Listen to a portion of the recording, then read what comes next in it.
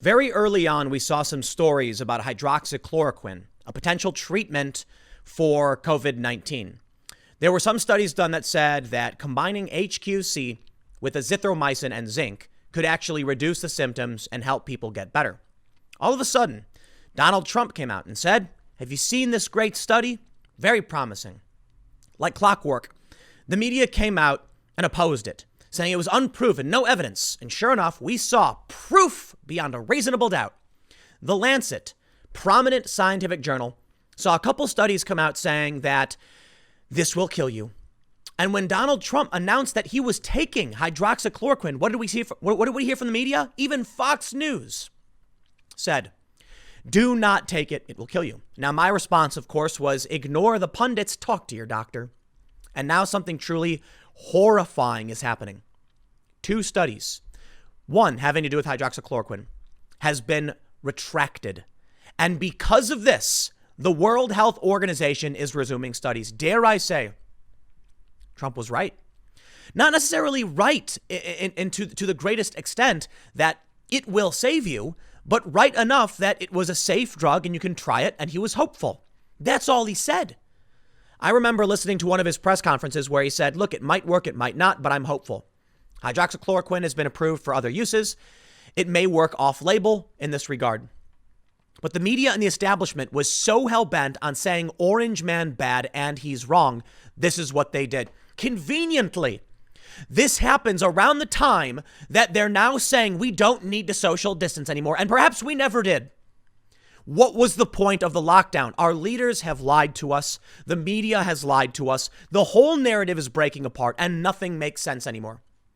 Recently, Donald Trump gave a speech and he was talking about racial equality. What did the media do?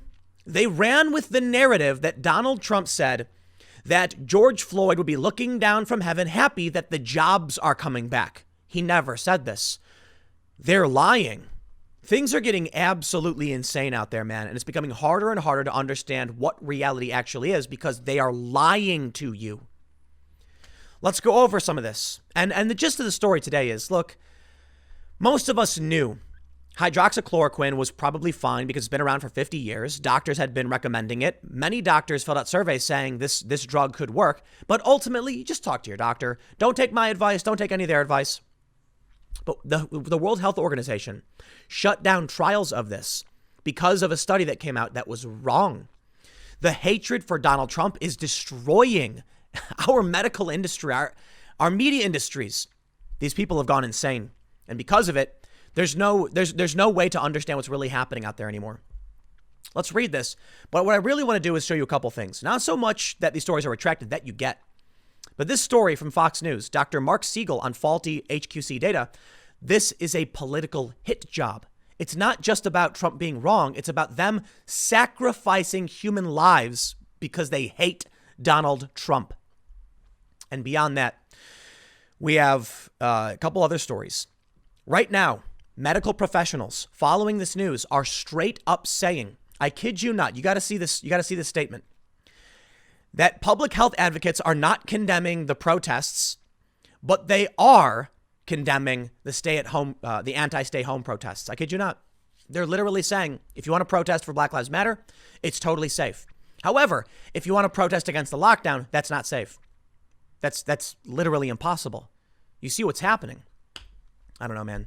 Let's start with a story about the political hit job, how the HQC data was manipulated, I suppose, to hurt Trump. Before we get started, head over to timcast.com/donate if you'd like to support my work. There are many ways you can give, but the best thing you can do, share this video. I don't know if it matters, man, at this point. The mainstream media is fractured and completely broken. Their narrative is shattered, and these two worldviews they're trying to create at the same time, these two narratives make literally no sense. On one narrative, Black Lives Matter. You must go out and protest. The protests are good. The riots are the language of the unheard. At the exact same time, CNN is out there saying, oh, but Trump isn't social distancing. What are we supposed to believe? Well, I'll tell you what. I don't know.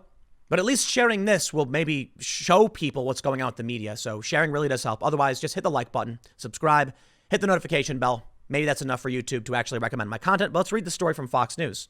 They report a retracted study on hydroxychloroquine and news the coronavirus may be mutating drew reactions Friday night from Fox News medical contributor Dr. Mark Siegel. So Lancet, with egg on its face, a renowned journal, is suddenly withdrawing this study, Siegel noted during an appearance on Tucker Carlson Tonight. Surgisphere Corp was called into question. A database by Surgisphere Corp of Chicago was used in an observational study of nearly 100,000 patients that appeared May 22nd in The Lancet, an influential medical journal. The study tied the malaria drugs hydroxychloroquine and chloroquine to a higher risk of death in hospitalized patients with the virus. The validity of the data, however, has been called into question. The Guardian reports that Surgisphere has so far failed to adequately explain its data or methodology, and says the company's handful of employees appear to include a science fiction writer and an adult content model. Wow. Siegel now says the only question is whether the malaria drugs work. Does hydroxychloroquine actually work early in the game to help decrease the symptoms of COVID-19? It's been studied in the lab as an antiviral. Medical, we don't know yet. Political, we know this is a political hit job. Well, there it is, man. I'm sorry. I can't, look, I can try and explain this away, to be honest. I can argue that the people who did the study were politically biased because of the fake news and thus created a fake scientific study that in all likelihood got people killed. Maybe of a small amount, depending on the actual help, preventative measures HQC could have done for people. We know that there was a woman in Michigan who was dying of COVID and was given HQC, or I'm sorry, HCQ. Have I been saying HQC? Hydroxychloroquine, and then personally thanked Donald Trump for recommending because it saved her life. She was a Democrat. She was censured for this. Because of stories like this, I can only conclude this is intentional. They're trying to do everything in their power to make Trump fail, even if it means people die because they're not being given access to this drug. Apparently, they issued guidelines, some doctors saying they couldn't prescribe this to people. This is shockingly dangerous. Let's see. Siegel also addressed that doctors at the University of Pittsburgh Medical Center said Thursday that the coronavirus appears to be declining both in virulence and its infection rate. The virus appears to be getting milder. People who are being admitted have milder symptoms. We heard the same thing out of northern Italy. And guess what? I have been hearing the same thing from many doctors here in New York City over the past week or two. You mean to tell me the moment riots erupt, they say it's safe now? I'll tell you what happens. Conservatives and moderates and independent media come out and challenge this, and they get banned on YouTube. They get demonetized. They get ridiculed and mocked. And then we see this. Take a look at this tweet. Lindsay Bayerstein is a journalist, and she tweeted, "The consensus around social distancing isn't over. It's evolving to accommodate new evidence. We're learning that social distancing may not be as important outdoors. If large masked outdoor gatherings aren't that dangerous, that's great news. It opens up the possibility of all kinds of things moving outdoors during the summer without intolerable risk, from church to music festivals, as long as people keep distancing indoors. This could be the best thing that ever happened for the longevity of social distancing where it counts, indoors." It's absolutely amazing. You know why? They're just now starting to post this. Journalists are just now starting to say what we have already known. I was once told by a journalist that I have the unfortunate privilege of being ahead of the market. Why? I guess because I do actual journalism and research and pay attention. And now here we are. When I was coming out and saying, at first in favor of the lockdown, and then later saying, hey, the data suggests the lockdowns are bad. Why aren't we reopening? Mainstream journalists ignored this. They don't care. They don't pay attention. Andrew Cuomo, in my opinion, probably exploited it. Why? On May 6th, he said he knew people at home were more likely to get infected. A couple weeks later, Dr. Deborah Birx asked the CDC to study whether lockdowns were resulting in a sustained infection rate. No matter how many times we, independent media, whatever, said this, it was ignored. And Cuomo wouldn't lift the lockdown. Take a look at this. A letter from medical experts. As public health advocates, we do not condemn these gatherings as risky for COVID-19 transmission. This should not be confused with a permissive stance on all gatherings, particularly protests against stay-home orders. Wow. This is political. It's all political. I'm sorry. Look, I'm not one for conspiracies. Absolutely not. I am a fan of Occam's razor. The simple solution tends to be the correct one. There is no other explanation. When 1,000+ medical professionals sign a letter saying don't shut down protests using coronavirus concerns as an excuse, but do shut down the other side. And there it is. Now, the quote is actually a little bit longer. They say, they added this. As public health advocates, we do not condemn these gatherings as risky. They say we support them as vital to the national public health and to the threatened health specifically of Black people in the United States. We can show that support by facilitating safest protesting practices without detracting from demonstrators' ability to gather and demand change. This should not be confused with a permissive stance on all gatherings, particularly protests against stay-home orders. And there it is. The letter from medical professionals. The nurses who blocked cars, who were praised and cherished and went viral while the left celebrated and people were ridiculed for wanting their businesses back. They said, oh, you want a haircut, and so you're going to risk everyone's life? And now they say something that's still kind of in line with this. Well, you know, protesting for Black Lives Matter is much more noble than people wanting haircuts. That's called a straw man. It's reductive. The argument from the right wasn't that we want haircuts, although some people jokingly had these signs, which I think are kind of dumb. It's that people wanted their jobs back so they could pay for food and pay their rent. Instead, the people on the left said, why don't you just demand the government pay for everything for you? And people on the right said, because we want to work and we want our jobs back. And they were ridiculed the entire time. Now, we are still under lockdown. The lockdowns are slowly being lifted, and doctors are literally out protesting. I'm not kidding. They call it white coats for Black lives, and doctors and nurses are literally marching down the street. That protest is okay. That's a nebulous protest that solves nothing. No, I mean, seriously, what will protesting for Black Lives Matter do? You have an answer? It may raise awareness. One, I think it has. A lot of media brands have been playing this viral meme game where they post, various messages about the racial makeup of their companies. Has it actually implemented any changes? No. No changes. Literally none. I mean, maybe the police department will be disbanded. Maybe all these other police departments will be disbanded. I don't know. There's talk of reforming police in Minneapolis. I believe the city council has voted in favor of several measures. There's talk of defunding the LAPD to the tune of $100 or so million, which is negligible to, I believe, their multi-billion-dollar budget. So you can argue those are some changes, but they're not tangible, direct changes that we can actually see. Giving money or making rules haven't actually hard changed anything yet. But to be fair, voting for police reform, I think, is one thing that's happened so far. When it comes to what the lockdown protesters were asking for, they were saying, allow our businesses to reopen, or very much so, reopening their businesses. That is a direct, tangible action that was being asked for.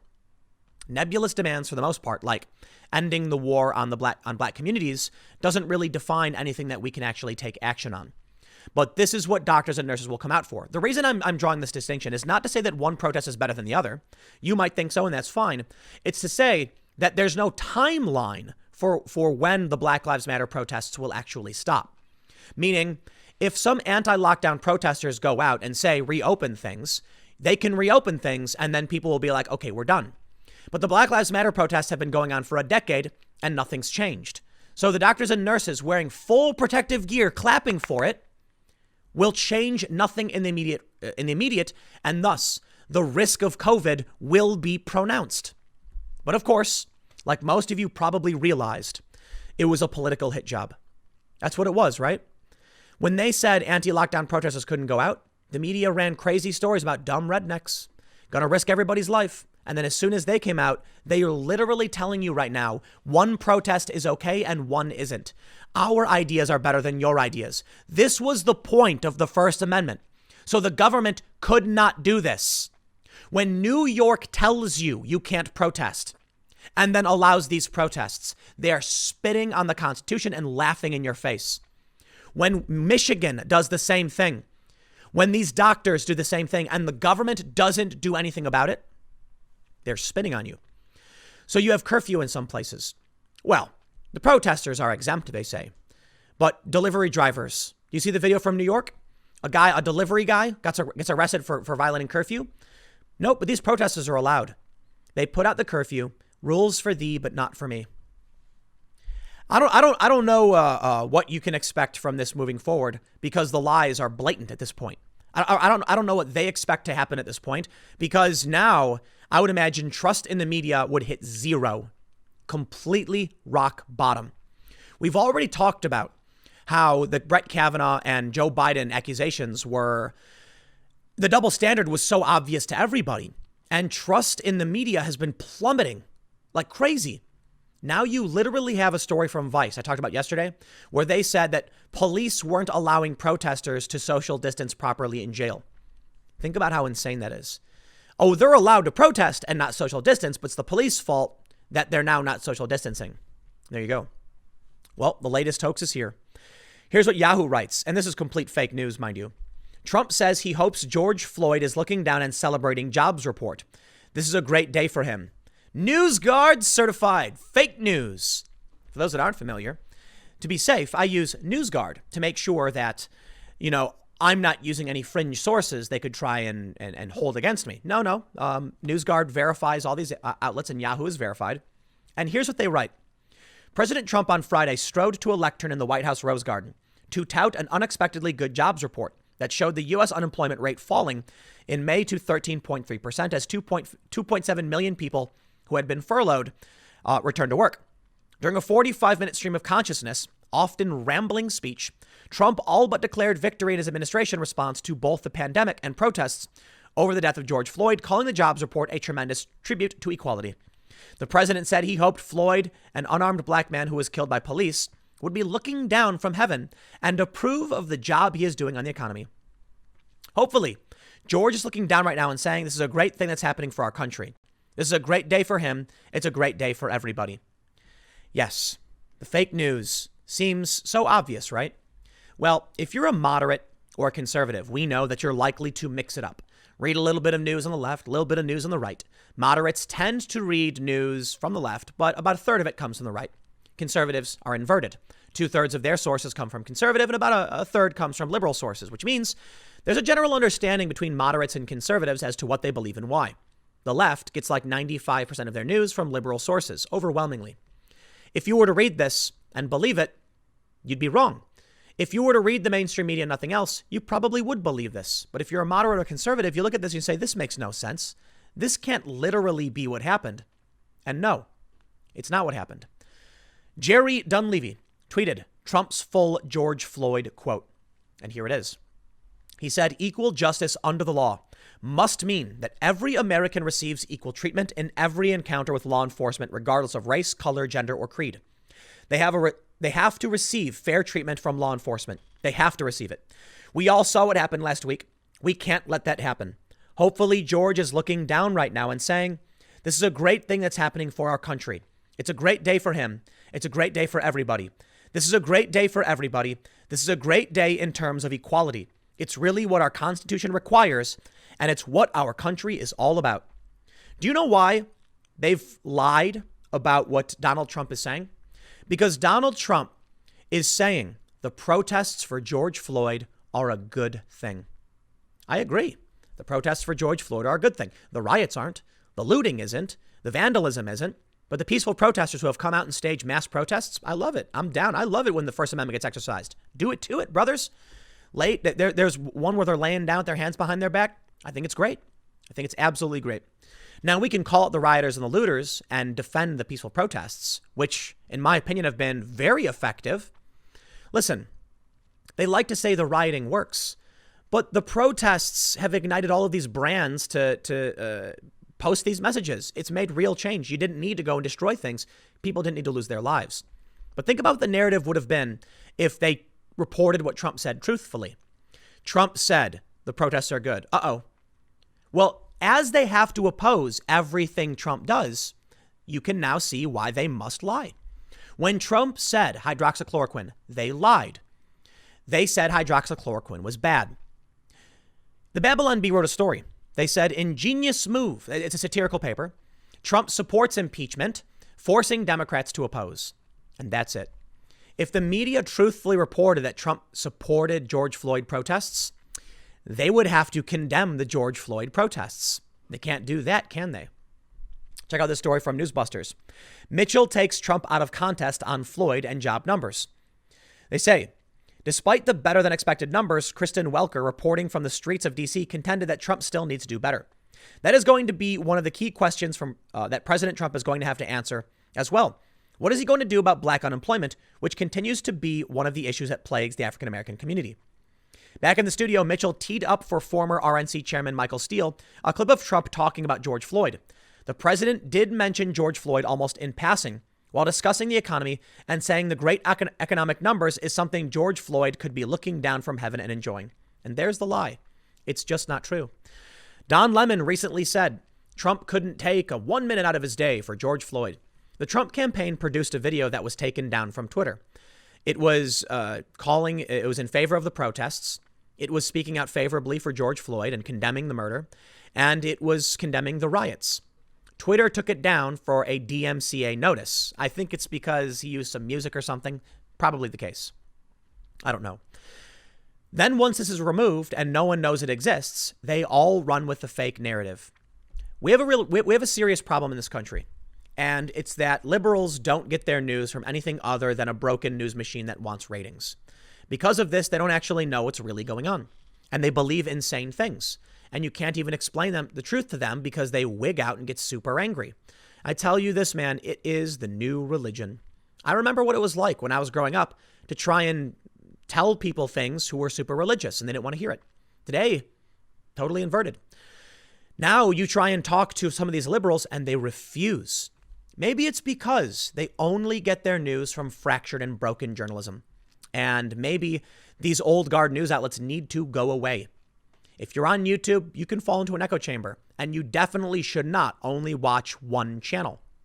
I appreciate it when people tell me they disagree, but like watching anyway. I'm glad that we can have this discourse. If you find yourself only watching me, I've seen people say things like, Tim, you're my main source for all this news. Like, dude, there's a lot of stories I don't talk about. You definitely got to watch other YouTubers, and you definitely got to watch people you don't like and think are lying or think are wrong. I've recommended some progressives in the past and have had people say, yeah, but they're so obviously lying. And it's like, good. Well, you have to hear what they're saying. If you think they're lying and you can prove it, now you know why people think the way they do.